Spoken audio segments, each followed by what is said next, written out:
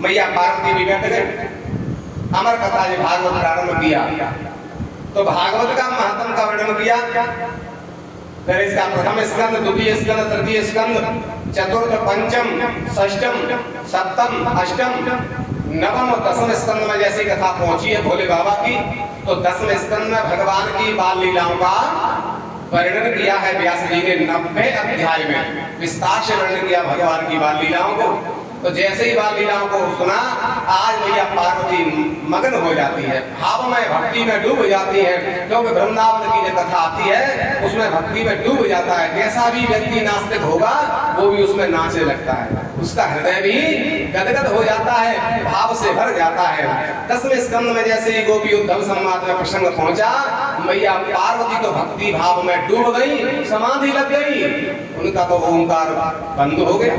अब पीछे जो सुख सावक होता था, राधा रानी का जो सुख सावक था, वो भगवान ने वही भेज दिया अंडे के रूप में, पीछे गिर गया था बिगलत अंडे के रूप में। आज वो अमर कथा सुन करके वो तोता सुखदेव भी आज जीवित हो गए, अमर कथा सुन रहे हैं। जैसे ही हुंकार बंद हुई, अब सुखदेव जी विचार कर रहे हैं, अगर मैंने हुंकार नहीं दिया तो अमर कथा अधूरी रह जाएगी। और ऐसा बताया है कि अद्ध भोजन बद्ध गाय और देता लेता नरक को जाए। आदि कथा कभी कल्याण नहीं करती, आधा भोजन किसी को कराएंगे तो नरक मिलता है, कभी उसका उद्धार नहीं हो सकता। इसलिए भोजन कराएं तो पूर्ण भोजन कराएं, अन्यथा भोजन न कराएं, नहीं तो देता लेता नरक को जाए। तो महाराज अधूरी कथा कल्याण नहीं कर, क्योंकि आदि कथा किसने सुनी थी? महाभारत में इसका प्रसंग आता है। अभिमन्यु ने आदि कथा सुन पाई, चक्का भूखी लड़ाई। अर्जुन ने अपनी पत्नी को सुना रहे थे और सुनते सुनते 17 पौर की लड़ाई तक तो सुन ली, 18वीं पौर पे उसको नींद आ गई। जब नींद आ गई पत्नी को, तो जाकर के उसका गर्भस्थ शिशु भी सो गया, क्यों गर्भ में जो शिशु होता है मां सो जाती है तो गर्भस्थ शिशु भी सो जाता है।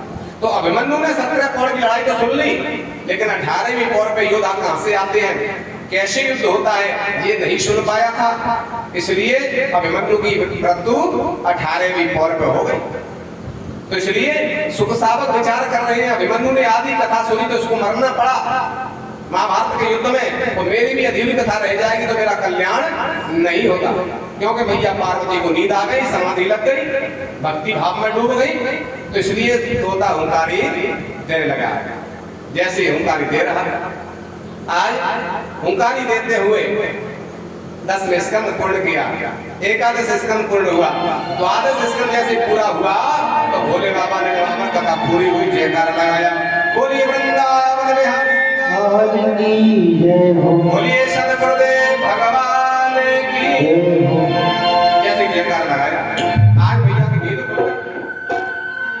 भैया कह रही है, अरे महाराज मैंने कथा पूरी नहीं सुन पाई, मैंने तो गोपी उद्धव संवाद की कथा सुन पाई, मेरे को तो नींद आ गई।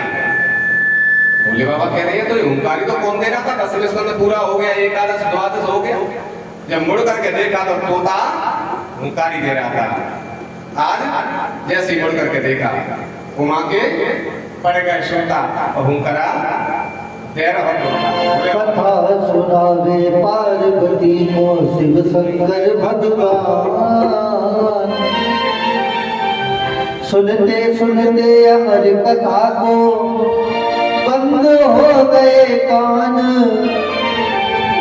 उमा के पड़ गई सोता, भूख लागे रो तोता, उमा के पड़ गई सोता, भूख लागे रो तोता, उमा के पड़ गई सोता, भूख लागे रो तोता, उमा के पड़ गई सोता, भूख लागे रो तोता।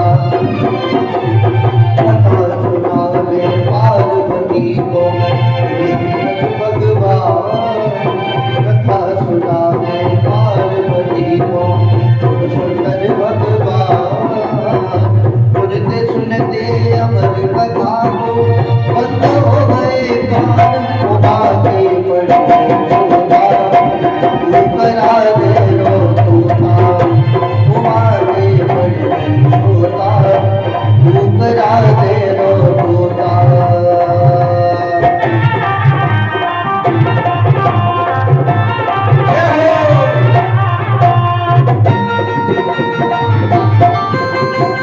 जब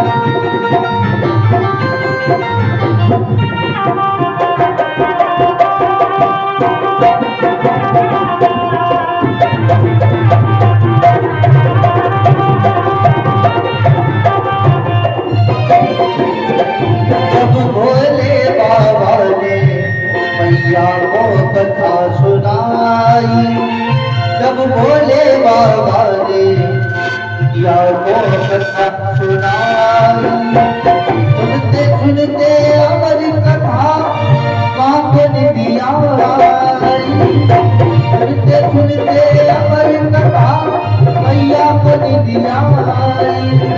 अंडा में सुख के प्राण, अंडा में सुख के प्राण उतरा गए उमा, उमा के पड़ गए सोना, उमा के मुट्ठी सोना उतरा गए सोना।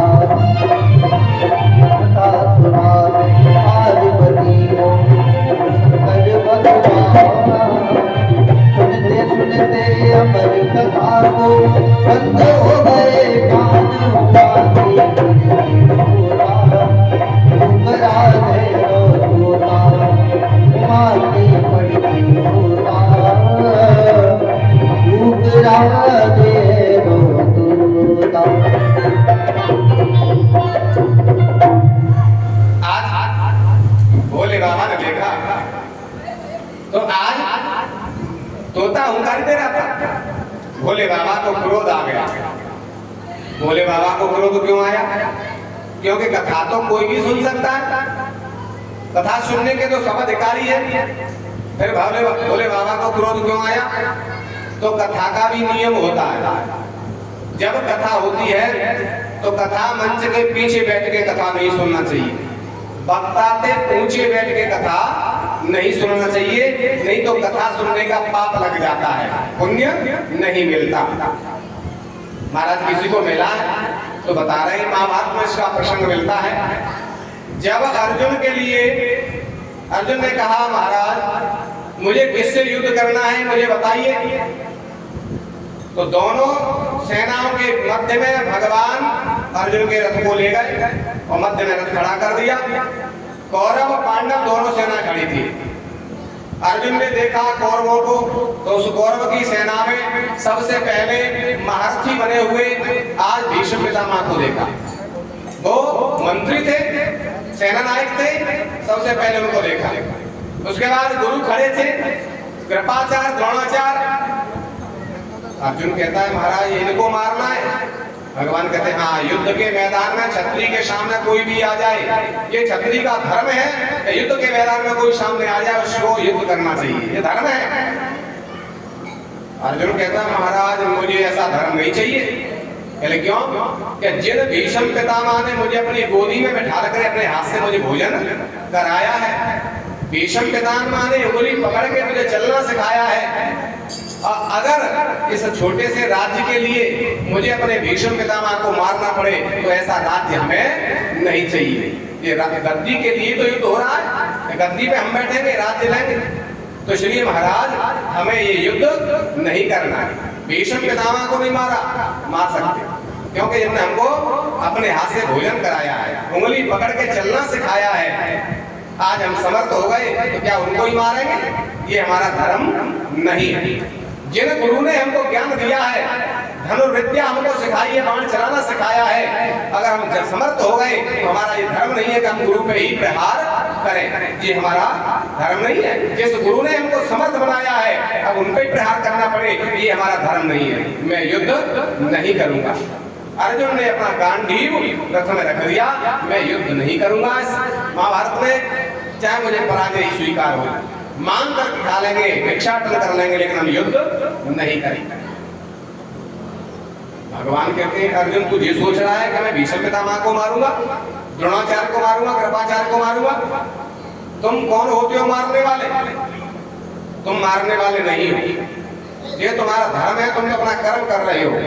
जो कुछ भी हो रहा है वो मेरी इच्छा से हो रहा है, मैं जो चाहता हूँ वही हो रहा है। मेरी इच्छा के बिना पत्ता भी नहीं हिल सकता। तू क्या मारेगा? मारने वाला तू नहीं है, बचाने वाला भी तू नहीं है। मैंने 6 चीज किसी को नहीं दी है। भगवान कहते हैं हानि लाभ जीवन मरण यश अपयश विद्या। भगवान कहते हैं 6 चीज मैंने किसी को नहीं दी। हानि किसी को नहीं दी, लाभ किसी के हाथ में नहीं है। अगर किसी के हाथ में होता तो कोई हानि लेता ही नहीं, सब लाभ ही लाभ लेते। अगर मृत्यु किसी के हाथ में होती तो कोई मरता ही नहीं। अगर मरता नहीं तो इतने लोग होते, दादा परदादा बड़े दादा सभी जिंदे होते, तो फिर कहाँ बनते? छोटे से घर में कैसे बनते? फिर तो एक के ऊपर एक सोते तो वहाँ घर में नहीं बनते। अगर सब मरते ही नहीं तो ये भी भगवान का विधान है। अगर मरेंगे नहीं तो और लोग वहाँ जगह कैसे मिलेंगे? ये भगवान का विधान है। भगवान की इच्छा से ही सब जन्म लेते हैं, उनकी इच्छा से मृत्यु होती है। हानि लाभ जीवन मरण यश अपयश विद्या। जो कुछ भी हो रहा है भगवान की इच्छा से हो रहा है, लेकिन हमें तो कर्म करना चाहिए। भगवान ने जो हमें कर्म दिया, जो हमारा कर्म है वो हमें करना चाहिए। जो कुछ होगा तो भगवान की इच्छा से होगा, गुरु की इच्छा से होगा। इसलिए तू मारने वाला नहीं है। भगवान ने अर्जुन के लिए 18 अध्याय में गीता का ज्ञान सुनाया है और कहा कि जो कुछ भी हो रहा है ये सब मरे मराए हैं, तू मारने वाला नहीं है। कि महाराज भीष्म पितामह मरे मराए कैसे गरज रहे समुद्र के समान, तुम कह रहे मरे मराए? कि हाँ मरे मराए। कैसे महाराज? मैं कैसे विश्वास करूं? जब तक मुझे विश्वास नहीं होगा मैं मानने वाला नहीं हूं। तो भगवान ने उसी समय अब विराट रूप प्रकट कर दिया, विराट रूप दिखाया है। जो कुछ भी संसार में है वो मैं हूँ। मरने वाला भी मैं हूँ, मारने वाला भी मैं ही हूँ। मुझसे ही पूरा ब्रह्मांड रचा हुआ है। तुलसी बाबा भी कह गए हैं सिया राम मैं सब जग जानी करहूं प्रणाम जोर जग पानी। जो भी है मैं हूँ। स्त्री हूँ तो मैं हूँ, पुरुष हूँ तो मैं हूँ, पशु हूँ तो मैं हूँ, जीव हूँ तो मैं, जंतु हूँ तो सब मैं हूँ। सब मेरा ही अंश है, मैं ही सब जगह हूँ। मरने वाला भी मैं हूँ, मारने वाला भी मैं हूँ। जो देखा विराट रूप दिखाया, सब कौरव मरे पड़े हैं। भगवान अर्जुन कहते महाराज ये क्या? हाँ ये सब मरे पड़े, सब मार दी मैंने। जब तू तेरे रथ में मैं बैठ गया था उसी समय मैंने सबकी शक्ति खींच ली, क्योंकि मैं तेरे रथ में बैठा ही नहीं हूँ, मैंने सबकी समाप्त कर दिया। तो ये तो यश मिलेगा। तो क्यों मिलेगा? क्योंकि जो गुरु की शरण लेता है, जो भगवान की शरण लेता है, संसार में उसको यश मिल जाता है। और जो गुरु से विमुख हो जाता है, जो माता पिता से विमुख हो जाता है, जो भगवान से विमुख हो जाता है, संसार में उसकी विडंबना हो जाती है, उसे अपयश मिलता है। बस कर्म तुम्हारे हाथ में, तुमको यश, तुम परमात्मा से जुड़ रहे हो कि अलग हो रहे हो। अगर परमात्मा से गुरु से जुड़ जाओगे तो तुम्हारा यश संसार में फैल जाएगा, और तुम परमात्मा से गुरु से अलग हो जाओगे तो तुम्हें यश अपयश मिलेगा। बस यही तुम्हारे हाथ में है। जब ये ज्ञान दिया है तो आज अर्जुन की समझ में आ गई। मैं सोच रहा हूं मैं मारूंगा, लेकिन मारने वाले तो भगवान हैं। तो जाकर के चरणों में लेट गया। अर्जुन कहता है कि कृष्णम वंदे जगत गुरु, आप पूरे जगत के गुरु हैं और मैं आज से आपका शिष्य हूँ। आप गुरु और मैं शिष्य हूँ। आप जो कहोगे मैं वही करूंगा। जो चरणों में लेटे हैं उसी समय रथ की ध्वजा पे हनुमान जी महाराज बैठे थे। उन्होंने भी भगवान के द्वारा गीता के 18 अध्याय में ज्ञान सुना। जो अर्जुन को सुना रहे थे वो भी सुन रहे थे। तो यहाँ पे बैठे तो हनुमान जी ने विचार किया कि ये तो कोई राम है, त्रेता में राम बने तो द्वापर में कृष्ण बने हैं, इसलिए ये तो जगत गुरु हैं। हनुमान जी तो यहाँ पे नीचे आए और आकर के भगवान के चरणों में हनुमान जी लेट गए और कहते हैं कृष्णम वंदे जगत गुरु, आप तो पूरे जगत के गुरु हैं, मेरे भी आप गुरु हैं। मैंने आपको गुरु मान लिया, आप मेरे, मैं आपका शिष्य हूँ।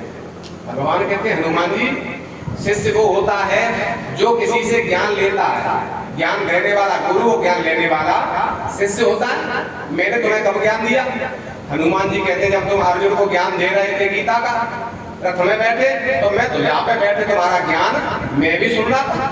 ज्ञान तो कहीं भी कोई सुन सकता है, माइक लगे हुए, चाहे खेतों में बैठो, चाहे घर में बैठो, चाहे चौबार पे बैठो, वहां सुनाई दे रही है। तो जहां भी सुन रहे हैं, अगर हमारे कल्याण की कोई बात उसमें निकली है, हमने उसको धारण कर लिया, हमारा उससे उद्धार हो गया, तो वो हमारा गुरु हो गया, हम उसके शिष्य हो गए, क्योंकि उसके माध्यम से हमारा कल्याण हुआ। गुरु बिन भवन दे तरह न कोई, जो विरंग शंकर सम कोई। जिसके ज्ञान से हमारे जीवन में परिवर्तन आ जाए, जिसके ज्ञान के द्वारा हमारा कल्याण हो जाए, वही हमारा गुरु है।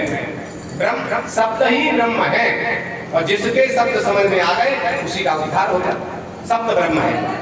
तो मैंने आपको गुरु मान लिया, आप मेरे गुरु हैं, मैं आपका शिष्य बन गया। अर्जुन भी शिष्य बन गया था, मैंने भी ज्ञान लिया, मुझे भी ज्ञान हो गया, आप मेरे गुरु हैं।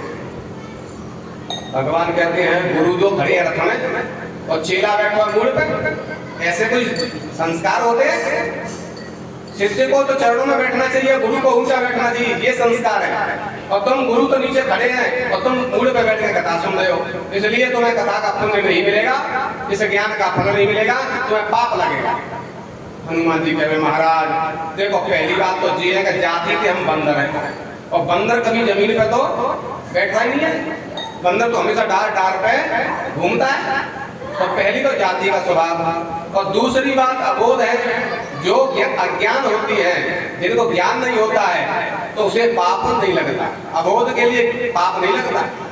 अगर ज्ञान हो जाए कि गुरु हमारे बैठे हैं, हमने गुरु मान लिया, तो गुरु से ऊंचा नहीं बैठना चाहिए। अगर ये ज्ञान है और फिर भी गुरु से ऊंचे बैठ रहे हैं तो हमको पाप लग जाएगा। अगर हमको ज्ञान नहीं है, अज्ञान में कुछ काम हो जाए तो उसका पाप नहीं लगता महाराज।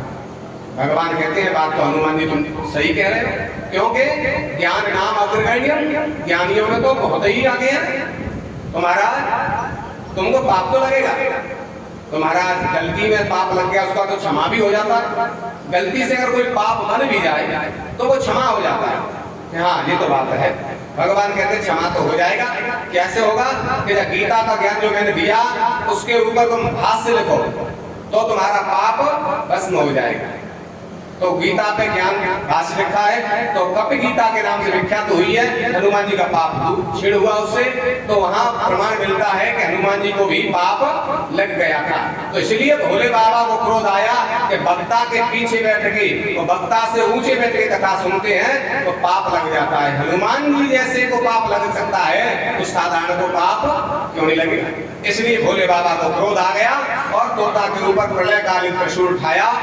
अब तोता ने हमारी कथा सुन ली, विचार किया भोले बाबा को मेरे पर क्रोध आ गया, अब मुझे जीवित नहीं छोड़ेंगे, क्योंकि जिसका काल आ जाए, अगर काल आ गए मौत जिसकी आ गई है, अगर वो व्यक्ति महाकाल की शरण में पहुंच जाए तो वो बच जाता है। क्योंकि काल से कौन बचा सकता है? महाकाल बचा सकते हैं। कालों के काल महाकाल है। जो महाकाल का भजन करता है उसका काल कुछ भी नहीं बिगाड़ पाता, और महाकाल ही इस पर क्रोधित हो जाए उसे दुनिया में कोई बचाने वाला नहीं। महाकाल ने प्रलयकालीन त्रिशूल उठाया, अब तो ये तोता भागने लगा, सीधा ब्रह्म लोक पहुंचा। ब्रह्मा जी से मेरी रक्षा करो। ब्रह्मा जी कहते हैं महाकाल से नहीं बचा सकता, काल से बचा सकता हूं, लेकिन महाकाल से नहीं बचा सकता। सीधे वैकुंठ में पहुंच गए। भगवान ने मना कर दिया, महाकाल से तो मैं भी नहीं बचा सकता, मैं काल को डाल सकता हूं लेकिन महाकाल को नहीं डाल सकता।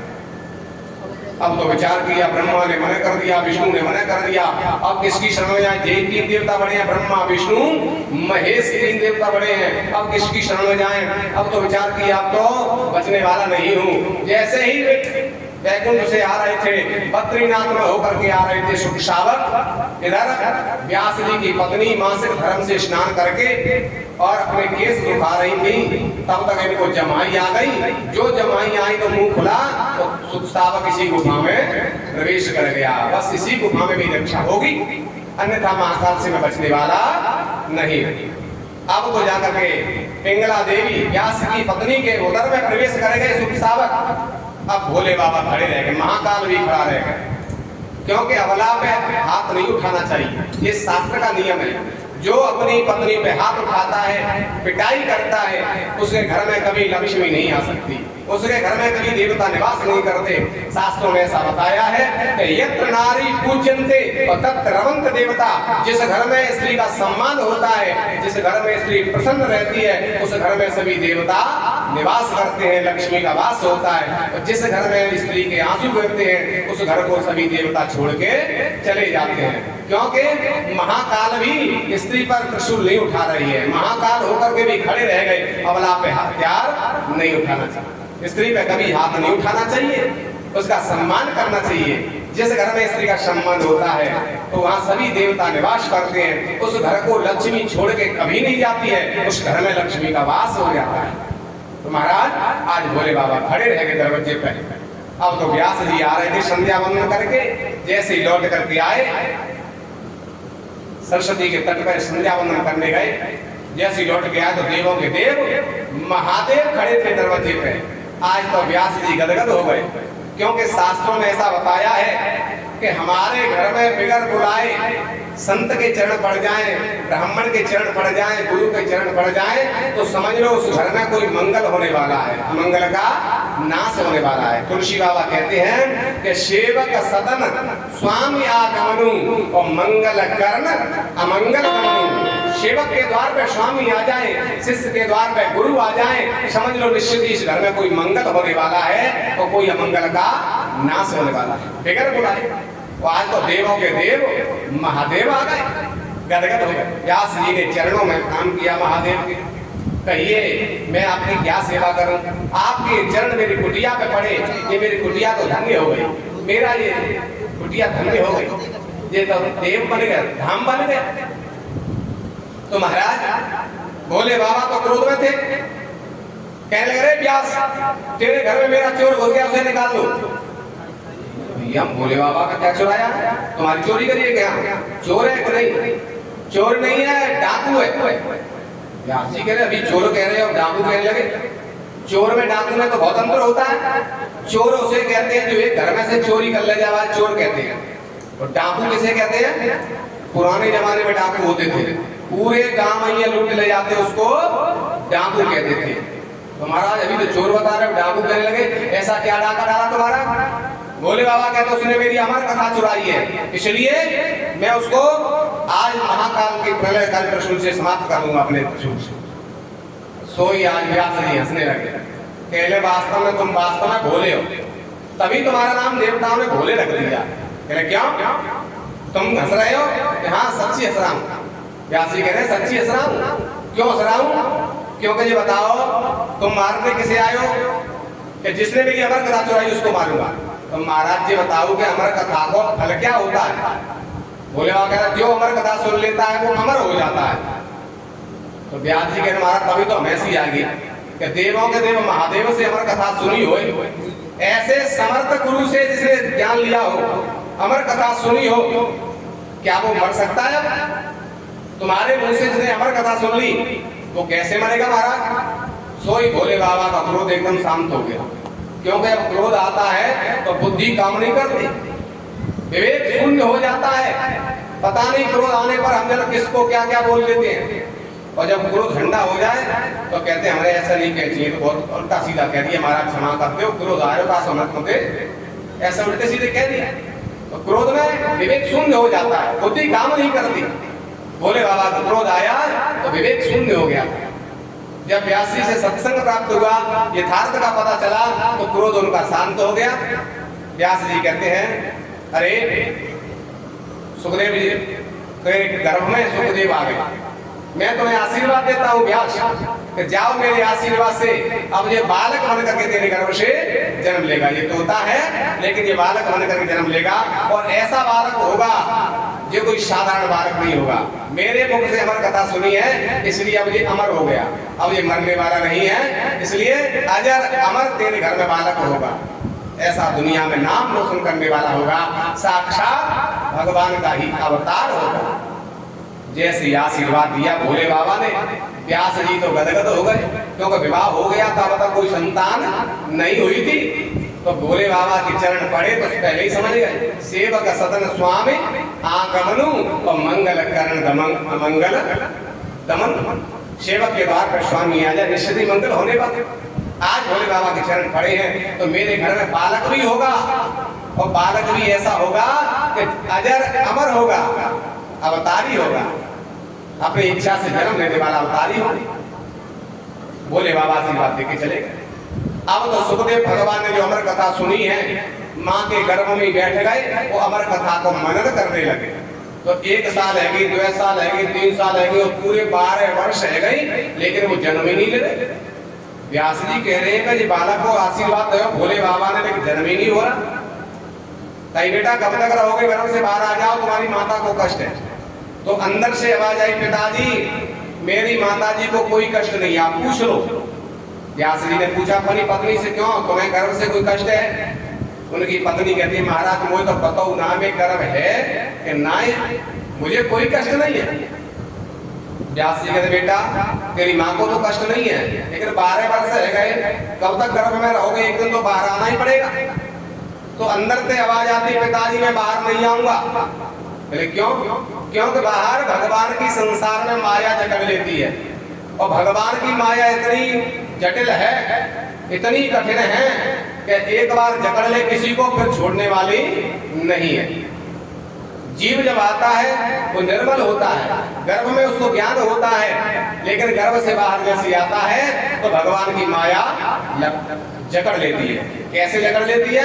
जैसे आकाश से जो बूंद आती है स्वच्छ और निर्मल होती है, और पृथ्वी पे आते ही धूल में मटमैली हो जाती है। तुलसी बाबा कहते हैं कि भूमि परत डावर पानी, भूमि परत डावर पानी, भूमि परत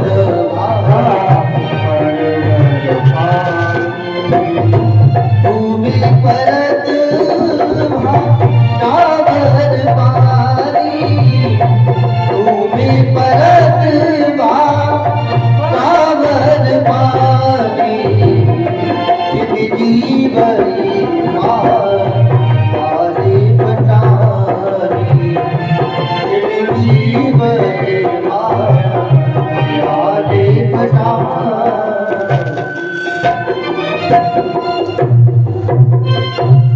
सुखदेव जी अंदर से कह रहे हैं व्यास जी से, भूमि परत डावर पानी, जीव माया लपटा। माया भगवान की जगह लेती है, इसलिए वो भगवान का भजन नहीं कर पाता, जन्म होते ही और माया के चक्कर में पड़ जाता है। महाराज इसलिए मैं भजन करूंगा, मैं संसार में नहीं आऊंगा। व्यास जी कहते हैं बेटा एक दिन तो आना ही पड़ेगा सबको, सब आए हैं तुमको भी आना पड़ेगा। पिताजी मैं तभी आऊंगा जब मायापति भगवान नारायण मुझे आशीर्वाद दे दे कि मेरी माया का प्रभाव नहीं होगा, तो मैं बाहर आ जाऊंगा। तो व्यास भगवान ने लक्ष्मी नारायण भगवान से, मायापति भगवान से प्रार्थना की, हे प्रभु आप मेरे बेटे को गर्भ में आशीर्वाद दो, तब वो गर्भ से बाहर आएगा। तो भगवान व्यास जी ने प्रार्थना की है, तो भगवान नारायण ने गर्भ में जाके दर्शन दिया है। दुनिया में 2 ही बालक ऐसे हुए हैं कि जन्म लेने से पहले ही भगवान का आशीर्वाद प्राप्त हुआ है। एक तो व्यास जी का पुत्र और एक जन्मेजय का पुत्र, ये दोनों ही पिता, यही दोनों ऐसे हैं कि गर्भ में ही उन्होंने आशीर्वाद लिया है भगवान का, मायापति का, कि माया का प्रभाव नहीं होगा। दर्शन दिए हैं, आशीर्वाद भगवान ने आशीर्वाद दिए, जाओ सुखदेव मेरी माया तुम पे प्रभाव नहीं दिखाई। जो आशीर्वाद मिला तो सुखदेव भगवान अपनी इच्छा से प्रकट हो गए। संसारी तोता थे, आज वो अवतारी बन गए। अपनी इच्छा से 12 वर्ष के बाद सुखदेव भगवान प्रकट हुए। बोलिए सुखदेव भगवान की जय हो। सुखदेव भगवान प्रकट हो गए। जन्म लेते ही गले में अपना नाल पकड़ करके लपेट के जंगल को चलने लगे। व्यास जी कह बेटा अभी तुम्हारा नाल छेदन होगा, नाल नहीं कटेगा तो टुंड निकल जाएगा। अभी नाम छेदन होगा, जात कर्म संस्कार होगा, फिर तुम्हारा नामकरण संस्कार होगा, फिर तुम्हारा गुरु दीक्षा संस्कार होगा, तब भजन करने का फल मिलेगा। बेटा रुक जाओ, बेटा रुक जाओ। सुखदेव जी कहते धन्य है प्रभु आपकी माया, अभी मेरा जन्म भी नहीं होता जा रहा है, तब तक कह रहे हैं तुम्हारे संस्कार करेंगे, हम तुम्हारे पिता हैं। पता नहीं हम जिनके कितनी बार हम पिता बन गए, ये हमारे कितनी बार पिता बन गए। ये तो संसार का चक्र है, चलता ही रहता है। कौन पिता किसका पुत्र, कौन किसके पिता, ये तो संसार का चक्र चलता ही रहता है। लेकिन मैं नहीं लौटूंगा। अगर आज संस्कार के चक्कर में पड़ गया तो कल पढ़ाई लिखाई के चक्कर में पड़ देंगे, फिर विवाह के चक्कर में पड़ देंगे, फिर धन कमाने के चक्कर में पड़ जाऊंगा, तो 99 के चक्कर में फंस जाऊंगा। इसलिए मैं किसी चक्कर में नहीं फंसना। सुखदेव जी जंगल को चले गए और पिताजी पीछे, यार बेटा रुक जाओ, बेटा रुक जाओ। विचार किया पिताजी नहीं लौट रहे, अब इनको भी तो लौटाना है।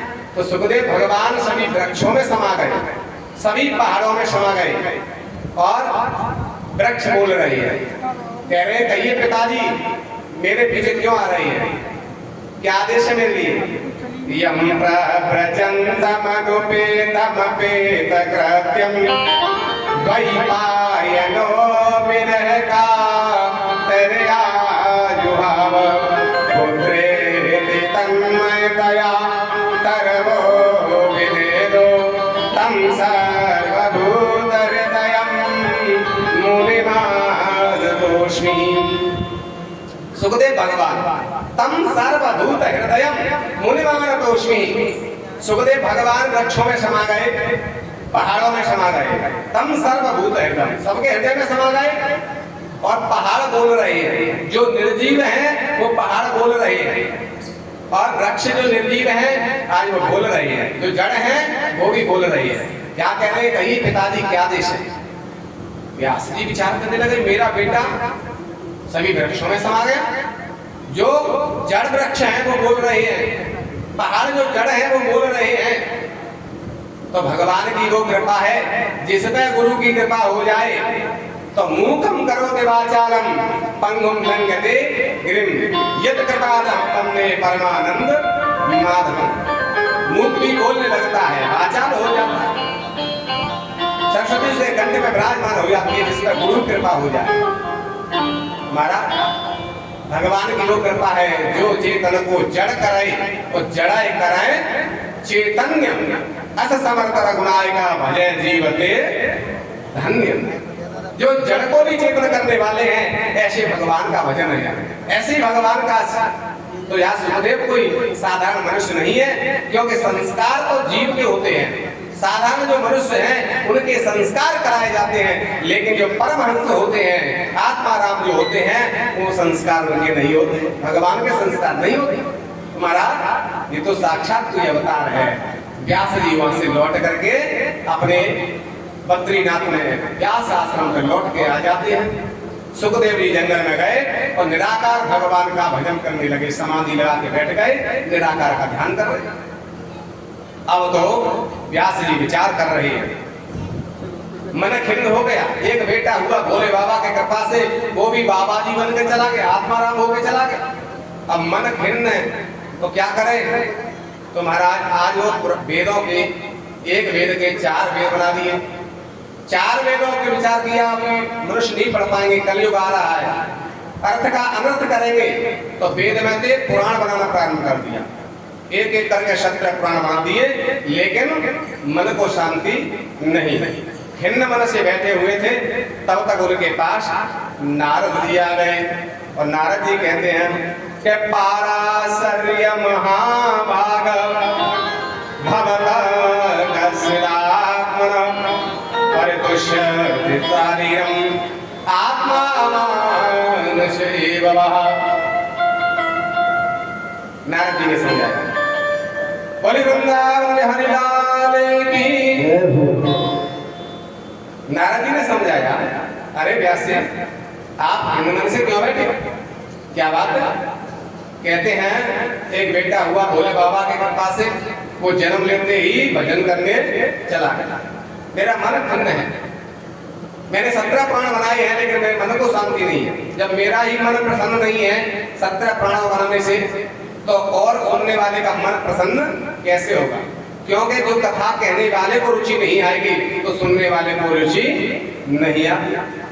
तो मेरा ही मन प्रसन्न नहीं है तो कल्याण कैसे होगा, सबका मन कैसे प्रसन्न होगा।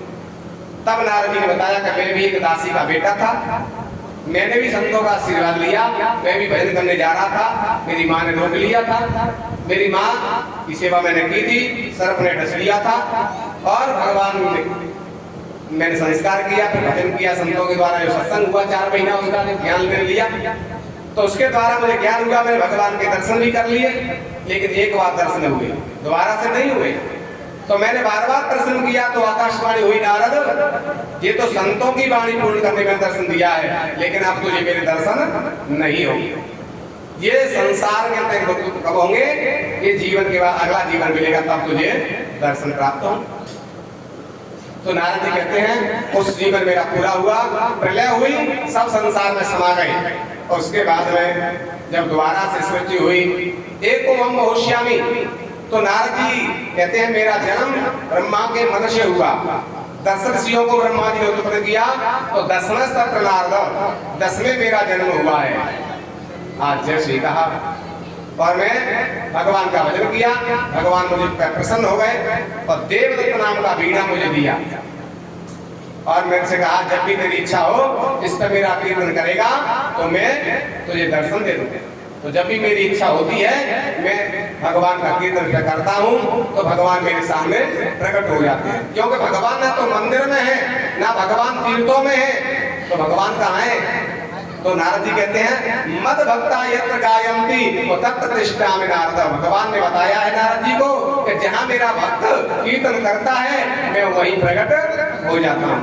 ना अहम असामि वैकुंठे ना योगी नाम हृदय मरीचा मद भक्ता यत्र गायन्ति तत्र तिष्ठामि नारद। ना मैं योगियों के हृदय में रहता हूँ और ना मैं वैकुंठ में रहता हूँ, मेरा भक्त जहाँ मेरा कीर्तन करता है वहीं मैं प्रकट हो जाता हूँ। नारद जी कहते हैं जब भी मेरी भगवान से मिलने की इच्छा होती है तो ना मैं तीर्थ जाता हूँ, ना किसी संत के पास जाता हूँ, ना किसी देवालय जाता हूँ, मैं तो भगवान का कीर्तन वीणा पे करता हूँ, मेरे सामने भगवान प्रकट हो जाते हैं।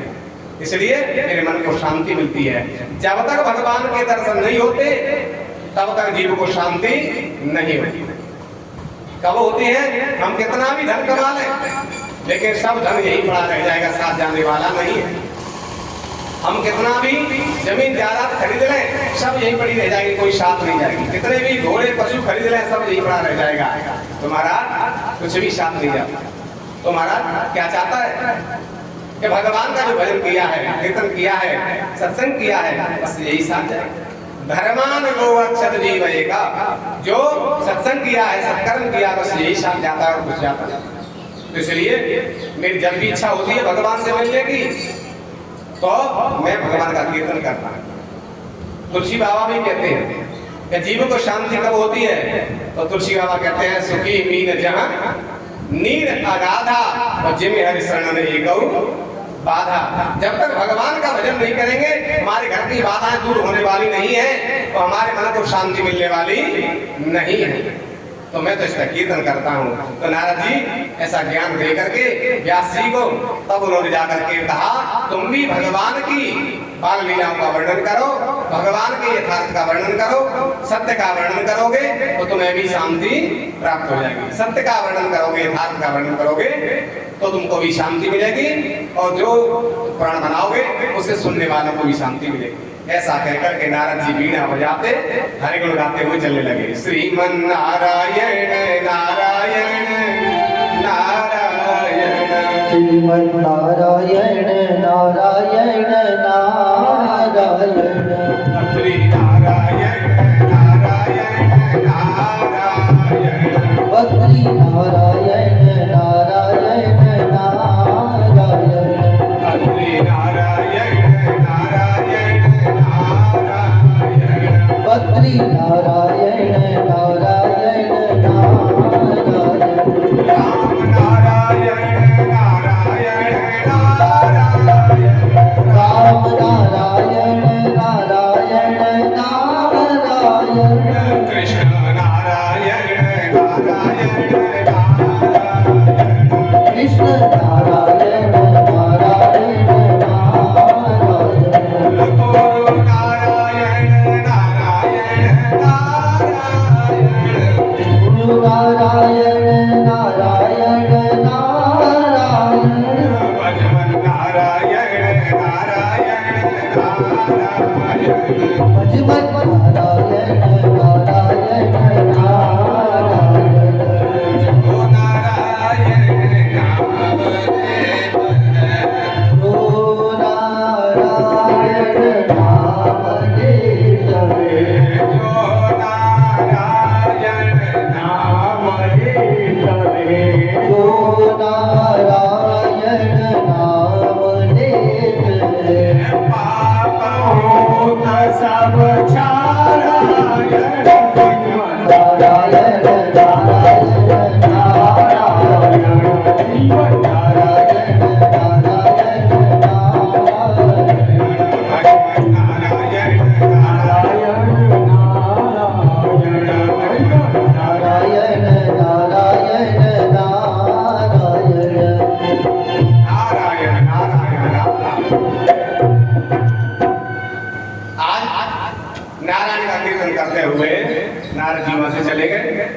व्यास जी ने 17 पुराण के बाद में बात नहीं करेंगे ना नूड़ू खेलेंगे, शांत से बैठे इधर को मुँह करके सीधे घर जाके करेंगे ये सब लोग।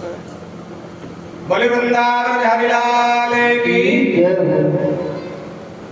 आज व्यास जी ने सबसे अंत में भागवत की रचना की है। 17 पुराण लिखने के बाद में भागवत की रचना की है। इसमें किसी देवता का भी वर्णन नहीं किया, किसी देवता की स्तुति नहीं की, सत्य की वंदना की है।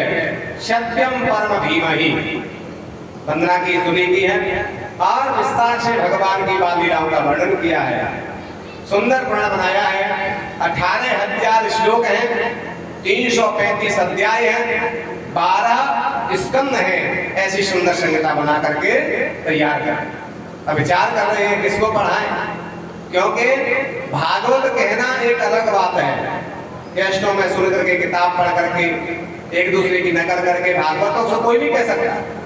लड़कियां भी भागवत कह रही है, तो भागवत कहना कोई बड़ी बात नहीं है। लेकिन भगवत कृपा प्राप्त करना ये हर की बात नहीं है। जिस पर गुरु कृपा होगी उसी को भगवत कृपा प्राप्त होगी। भगवत कृपा उसी को प्राप्त होती है जिसने काम को जीत लिया है, क्रोध को जीत लिया है। अगर काम और क्रोध हम नहीं जीत पाएंगे तो हमें भगवत कृपा प्राप्त होना असंभव है। गुरु कृपा भी नहीं मिलेगी। गुरु सेवा कर सकते हैं, सेवा में रह सकते हैं, लेकिन गुरु कृपा मिलना बड़ी दुर्लभ है। पितृ कृपा मिलना बड़ी दुर्लभ है। हम माता पिता के साथ खूब रहते हैं, लेकिन पितृ कृपा, माता पिता का आशीर्वाद इससे मिलता है, उसको बड़ी दुर्लभ है। जब तक हमारे संस्कार अच्छे नहीं होंगे, सेवा भाव से नहीं करेंगे, तन से नहीं करेंगे, तब तक माता कृपा, पितृ कृपा नहीं मिलेगी, तब तक गुरु कृपा नहीं मिलेगी। और जब तक गुरु कृपा नहीं मिलेगी तब तक भगवत कृपा भी प्राप्त नहीं हो सकती। ऐसा कौन है जिसने काम क्रोध को जीता है? तब व्यास जी ने विचार किया कि एक ही है जो जन्म लेते ही भगवान का भजन करने चला गया। सुखदेव है मेरा बेटा, उसने ही काम क्रोध को जीता है, लेकिन वो तो निराकार का ध्यान कर रहा है, वो तो कथा सुनेगा। लेकिन प्रयास करना चाहिए। आज सुखदेव जी ने अपने 2 शिष्य बुलाए हैं, उनके लिए भागवत के 2 श्लोक पढ़ा दिए। एक में भगवान की सुंदरता का वर्णन किया, दूसरे श्लोक में भगवान की कृपा का वर्णन किया है। दोनों शिष्यों से कहा तुम जा करके सुखदेव जी के पास चले जाओ। जहां सुखदेव निराकार का ध्यान कर रहे भगवान का, उनके पास चले जाओ। आज पहुंच गए जहां सुखदेव जी समाधि में बैठे हैं, नेत्र बंद है, निराकार का ध्यान कर रहे। उसी समय व्यास जी के शिष्य आ गए और भगवान के रूप का वर्णन करने लगे कि जो निराकार भगवान हैं अपने भक्तों के लिए साकार बनते हैं तो कितने सुंदर लगते हैं। तो आज वर्णन कर रही है। कहने लगे कि बरहा